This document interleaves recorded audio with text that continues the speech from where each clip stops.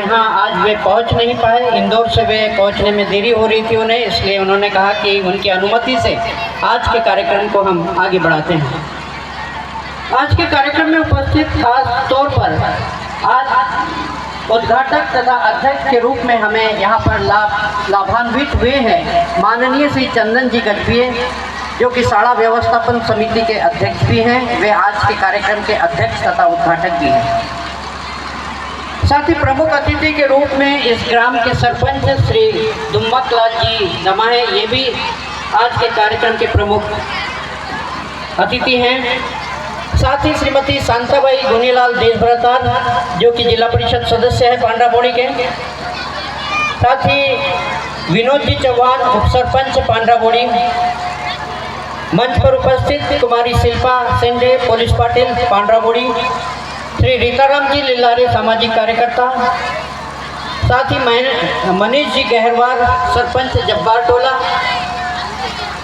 श्री सतीश जी दमाहे, सरपंच रत्नारा, ये भी यहाँ पर उपस्थित हैं। श्री योगेश जी डहारे, श्री यशलाल जी पटले।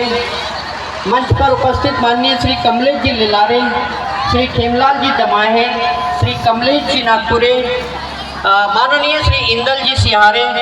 मंच पर उपस्थित Shri Diwani sir, Temre sir, Lillare sir, Shri Kishore ji Damahe.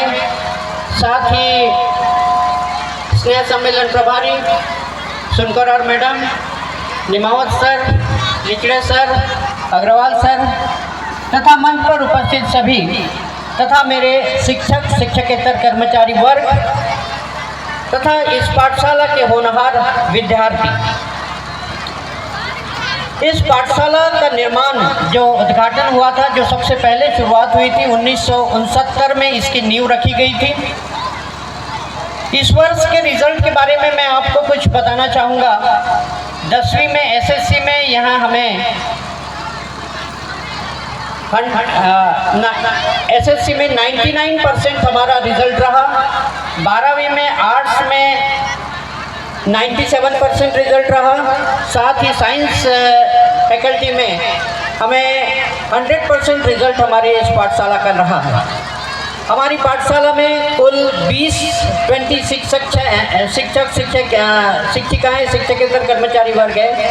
साथ ही जूनियर कॉलेज के 3 ऐसे 23 है और 5 जो कि कंट्रीब्यूटरी लेक्चरर्स तथा कर्मचारी, इसमें 5 है। इस प्रकार से 28 लोगों का स्टाफ है। साथ ही सभी प्रकार की जो स्कॉलरशिप एग्ज़ाम होती है उसमें हमारे बच्चे पार्टिसिपेंट्स होते हैं। समाज कल्याण की तरफ से भी जो साइकिल वाटअप होती है, जो इस साल हमें समाज कल्याण की ओर से सिर्फ 8 साइकिल प्राप्त हुई, जो कि आर्थिक रूप से जो कमज़ोर बच्चे हैं उन्हें प्रदान की गई समाज कल्याण की ओर से।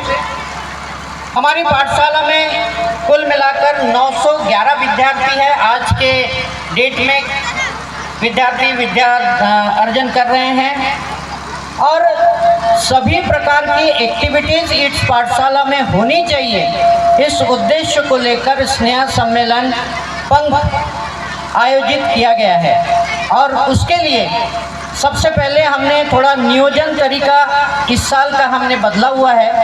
इस नियोजन में मैं मंच पर उपस्थित सभी से मैं बताना चाहूँगा कि इस साल का जो नियोजन था, उस नियोजन में ऐसा था कि हमने पहले ही बच्चों की मीटिंग लिए थे और उनमें उनसे हमने कहा था कि इस साल हमें स्नेह सम्मेलन करना है या नहीं करना है। बच्चों ने हामी दी, किंतु कुछ बच्चे ऐसे थे जो 10वीं और 12वीं में पढ़ रहे थे। उनका कहना था कि सर हमारा पढ़ाई का नुकसान होगा।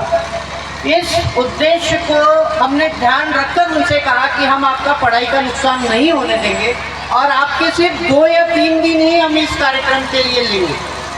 तो 6 पीरियड तक के हमारे कंटिन्यूशन में पूरे पीरियड्स होते थे और बचा हुआ जो हमारे पास पौन घंटा समय होता था, 4 से पौने 5 बजे का जो समय था, उसमें हमने रोज का 1-1 मैच, 2-2 मैच हर क्लास के लिए और उस नियोजनबद्ध तरीके से हमने स्पोर्ट्स के लिए, जो कि हमें 8 इतनी बड़ी स्कूल होने की वजह से 8 से 10 दिन का समय हमें लगता था, जो 8 से 10 दिन का कंटिन्यूशन में पूरी तरह से पढ़ाई से दूर हो जाते थे बच्चे।